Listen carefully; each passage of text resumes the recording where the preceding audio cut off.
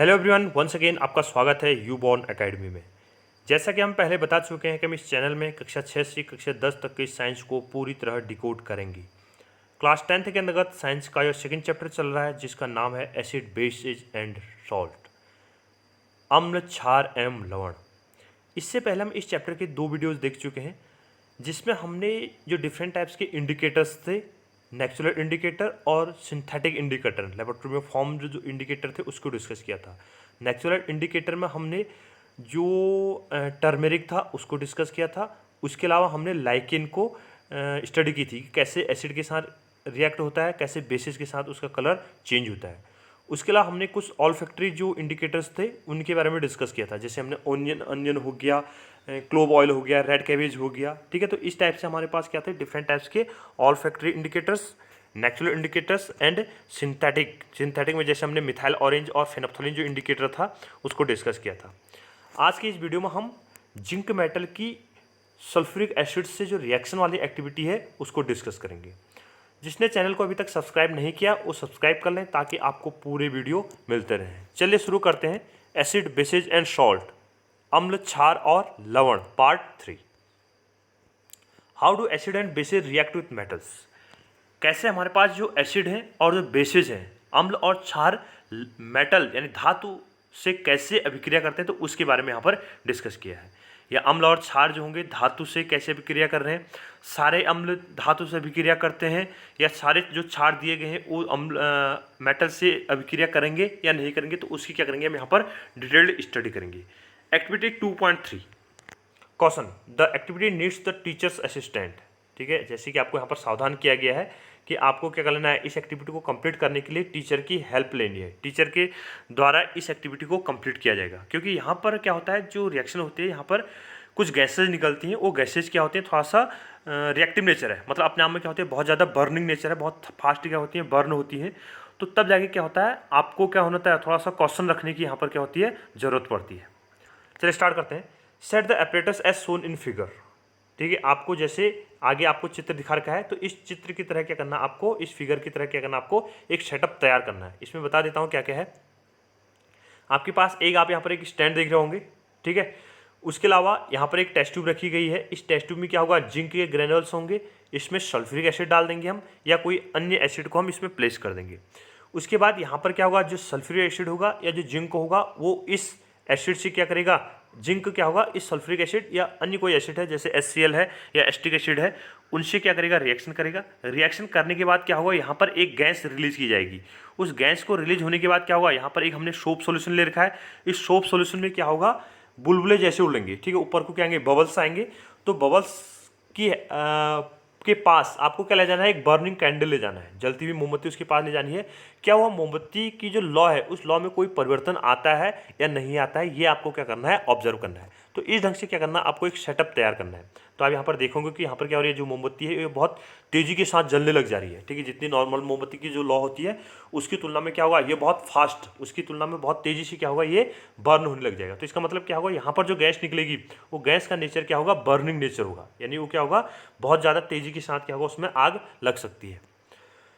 Take about 5 millilitre of dilute sulphuric acid in a test tube and add a few pieces of zinc granules to it. उसके बाद क्या करना है आपको, जैसे आपको फिगर में सेटअप दिखाया गया था वैसे ही तैयार करना है। उसके बाद उसमें आपको सल्फ्यूरिक एसिड को क्या कर देना है, प्लेस करना है। ठीक है, 5 मिलीलीटर सल्फ्यूरिक एसिड क्या करना है, उस जिंक सल्फ्यूरिक एसिड क्या करना है, वहाँ पर प्लेस करना है जिंक ग्रेनुअल्स में। Add what do you observe on the surface of zinc granules. जो जिंक के ग्रेनुअल्स हैं, जिंक के जो छोटे कण हैं, तो जिंक के कण में आप क्या ऑब्जर्व करते हैं, उसमें कोई परिवर्तन आता है या नहीं आता है, वो जो जिंक का मेटल ले रखा है वो रिएक्ट कर रहा है या नहीं कर रहा है, तो ये आपको क्या करना है, वहाँ पर ऑब्जर्व करना है। Pass the gas being evolved through the soap solution. वहाँ पर जो गैस निकल रही है, ठीक है, जैसे मैंने अभी बताया, तो वहाँ पर जो गैस निकलेगी इस गैस को सोप सॉल्यूशन में क्या करना है, आपको पास करना है। तो ये टेस्ट ट्यूब है, यहाँ से गैस निकलेगी तो इसको आपको क्या कर देना है, सोप सॉल्यूशन में डालना है। Why are bubbles formed in the soap solution?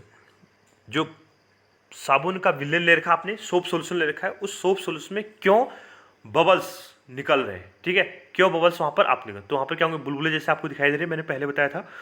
तो वहाँ पर क्या होगी, कोई गैस क्या होगी, रिलीज होगी। Take a burning candle near a gas field bubble. आपके बाद क्या करना है, उसके बाद जो बर्निंग कैंडल है, ये जो जली हुई मोमबत्ती है, जली हुई मोमबत्ती को इस बबल्स के पास ले जाना है। तो आप इसमें कुछ चेंजेस देखेंगे नहीं देखेंगे, क्या करना है आपको ऑब्जर्व करना है। What do you observe? Repeat this activity with some more acids like HCl, HNO3 and acetic acid. यही एक्टिविटी इससे पहले क्या की थी हमने, यहाँ पर सल्फ्रिक एसिड लिया था। सल्फ्रिक एसिड का फॉर्मूला क्या था हमारे पास, H2SO4। तो सल्फ्रिक एसिड के साथ हमने ये रिएक्टिविटी देखी, जिंक की रिएक्टिविटी। उसके बाद आपको क्या करना है, इसी जिंक ग्रेनुल्स को HCl के साथ, नाइट्रिक एसिड के साथ एंड एस्टिक एसिड के साथ क्या करना है, रिएक्ट करना है।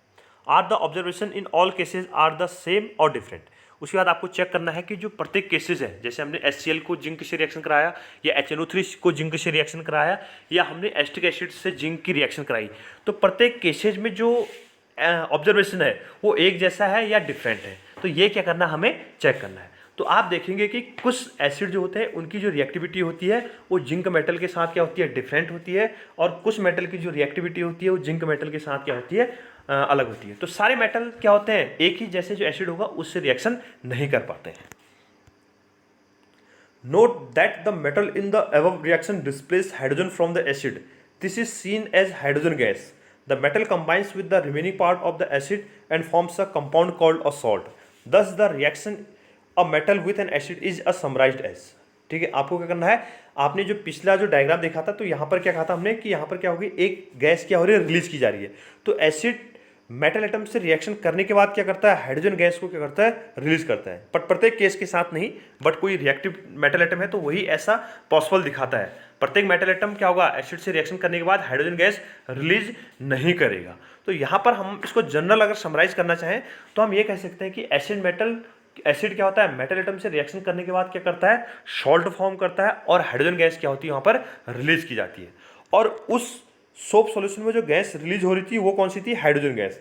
और वही क्या होता है, हाइड्रोजन गैस क्या होती है, अपने आप में बहुत ज़्यादा क्या होती है, फास्ट रिएक्टिव है। तो ये क्या होता है, ऑटोमेटिकली इसमें बर्न होने स्टार्ट कर लाता है। आपने लेबोरेटरी में देखा होगा पॉप साउंड होता है, तो पॉप साउंड में भी इसी एक्टिविटी को किया जाता है। तो यहाँ पर क्या होता है, जो सोडियम मेटल एटम था, सोडियम मेटल एटम में क्या करता है, मॉइस्ट एयर या फिर उसमें हम पानी की कुछ ड्रॉप्स डालते हैं, तो वो क्या होता है वहाँ पर बर्न होने लग जाता है। तो एकदम से क्या लगती है, वहाँ पर आग लग जाती है। तो तभी क्या करता है, जो सोडियम मेटल एटम है उसको कहाँ स्टोर किया जाता है, कैरोसिन ऑयल में उसको स्टोर करते हैं हम इसको। तो जनरल हम रखें तो एसिड मेटल एटम से रिएक्शन करने के बाद क्या बनेगा, सॉल्ट बनाएगा, और हाइड्रोजन गैस क्या होगी, रिलीज की जाएगी। एसिड को लिखे तो मान लो हमने क्या लिखा, जनरल एसिड को हमने HX लिख लिया, मेटल एटम को हमने M ले लिया, एक जनरल इक्वेशन लिख रहा हूं इसको, इज इक्वल टू क्या बनेगा, मेटल का सॉल्ट बन जाएगा। ठीक है, तो क्या बनेगा हमारे पास MX बनेगा, प्लस हाइड्रोजन गैस क्या होगी यहाँ पर रिलीज की जाएगी। हाइड्रोजन क्या होगी, गैस इस रूप में, एरो ऊपर की तरफ लगा है तो इसका मतलब क्या होता है, गैस बाहर निकल रही है। अगर एरो नीचे की तरफ होगा तो इसका मतलब क्या होगा, वहाँ पर प्रेसिपिटेट फॉर्म हो रहा है। ठीक है, और शेप क्या होगा, निकलेगा। अगर एरो ऊपर होगा तो उसका मतलब क्या होता है, गैस रिलीज की जा रही है। तो ये जनरल रिएक्शन लिखी हमने, acid react with metal atom to form of salt and hydrogen gas. Can you write the equation for the reaction you have observe. यानी आपने जो रिएक्शन लिखी उसको आप लिख सकते हैं, ये आपसे पूछ रहा है, तो मैं इसको जनरल जस्ट राइट कर लेता हूं।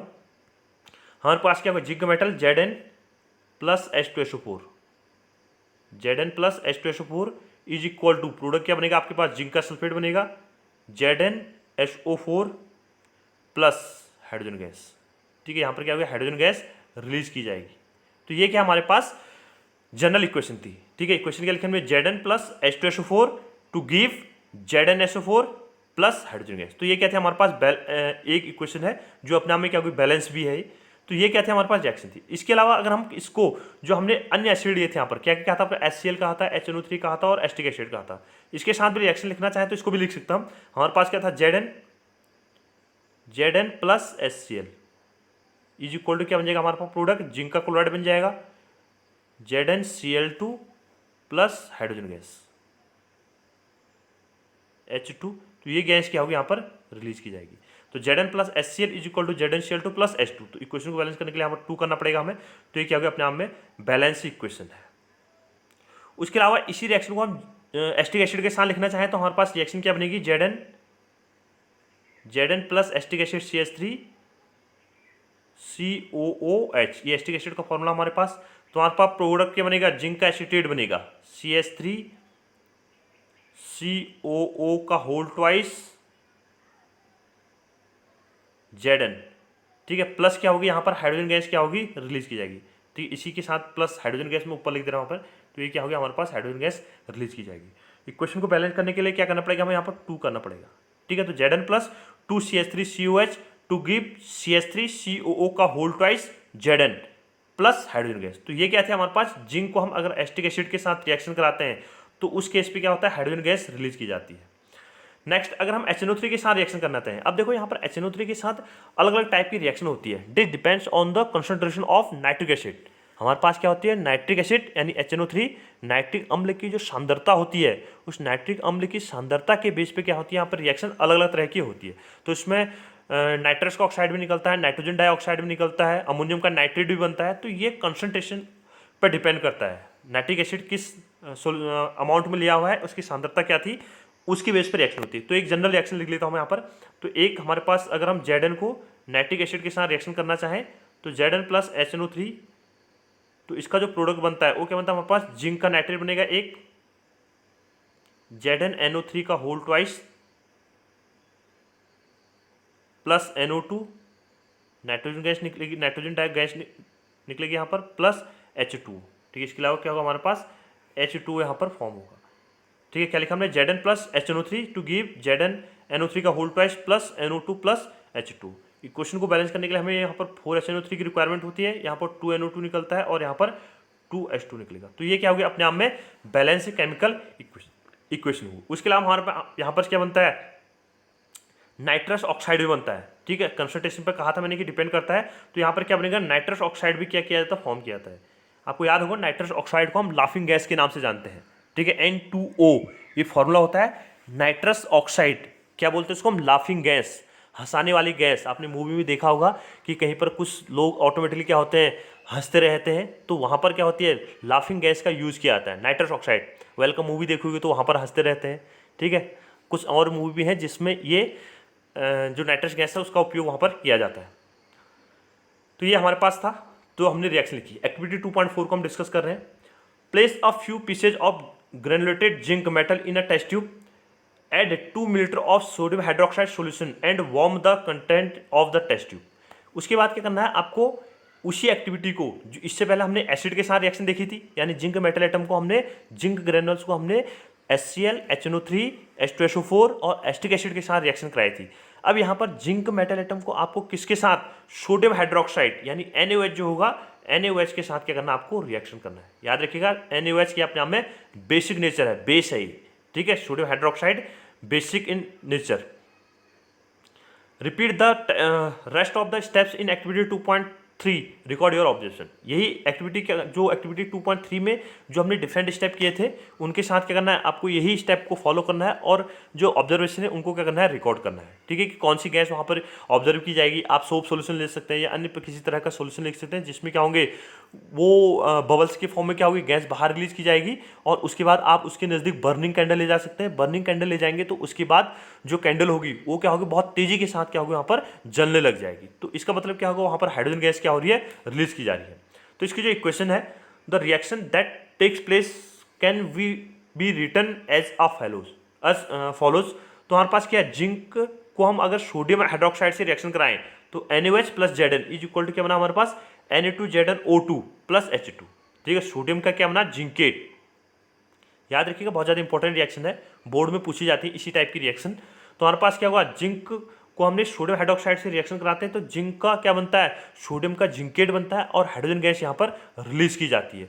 वही हमने क्या कहा था, जो बर्निंग कैंडल ले जाएंगे तो बर्निंग कैंडल के पास क्या होगा, हाइड्रोजन गैस जैसे निकलेगी, ठीक है। तो बर्निंग कैंडल क्या हो जाएगी, बहुत तेजी के साथ क्या होगा, उसमें लौ बाहर निकलेगी। तो ये भी क्या होगा, यहाँ पर जो गैस निकल रही है इससे हम ये ऑब्जर्व निकाल सकते हैं कि वहाँ पर हाइड्रोजन गैस क्या हो रही है, रिलीज की जा रही है।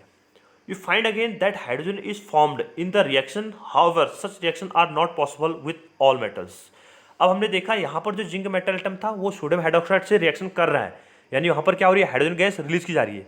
बट प्रत्येक मेटल एटम क्या होता है, जो एल्कली सॉल्यूशन जो होता है या फिर क्या होंगे जो हमारे पास बेसिक सॉल्यूशन है या NaOH सिंपल हम लें तो उनके साथ इस टाइप का रिएक्शन नहीं दिखाता है, यानी प्रत्येक केसेज में हाइड्रोजन गैस नहीं निकलती है। तो ये डिपेंड करता है कि मेटल एटम कितना रिएक्टिव है, वो इजीली से उससे रिएक्शन कर पा रहा है या नहीं कर पा रहा है, तो इस पर डिपेंड करता है। तो जिसकी रिएक्टिविटी ज़्यादा होगी तो वो हाइड्रोजन गैस निकाल पाएगा, जिसकी रिएक्टिविटी क्या होगी, कम होगी, तो हाइड्रोजन गैस नहीं निकालेगा। तो ये डिपेंड करता है। हमारे पास एक रिएक्टिविटी सीरीज आती है, 11th-12th में पढ़ोगे तो 12th में इलेक्ट्रोकेमिकल सीरीज आएगी, तो वहाँ पर डिफरेंट जो रिडक्शन पोटेंशियल है, उन पोटेंशियल के बेस पर डिफरेंट एलिमेंट को क्या करता है, वहाँ पर अरेंज किया जाता है, इंक्रीजिंग और डिक्रीजिंग। एक तरफ ऑक्सीडेशन पोटेंशियल, एक तरफ रिडक्शन पोटेंशियल बनता है। तो उसके बेस पे क्या करता है, हम इनको अरेंज करते हैं कि कौन सा मेटल एटम हाइड्रोजन गैस निकालेगा, कौन सा मेटल एटम हाइड्रोजन गैस नहीं निकालेगा। तो प्रत्येक मेटल एटम सोडियम हाइड्रोक्साइड से रिएक्शन करने के बाद हाइड्रोजन गैस रिलीज नहीं करेगा। बट यहाँ पर ये एनसीईआरटी की रिएक्शन है, इंपॉर्टेंट रिएक्शन है, इसको याद रखिएगा। तो zinc metal atom sodium hydroxide से रिएक्शन करने के बाद सोडियम का जिंकेट बना रहा है और हाइड्रोजन गैस क्या कर रहे हैं, यहाँ पर रिलीज की जा रही है। इसके बाद नेक्स्ट जो एक्टिविटी होगी उसको हम अगले वीडियो में कंप्लीट करेंगे। Thank you. वीडियो को लाइक कीजिए, शेयर कीजिए और सब्सक्राइब कीजिए।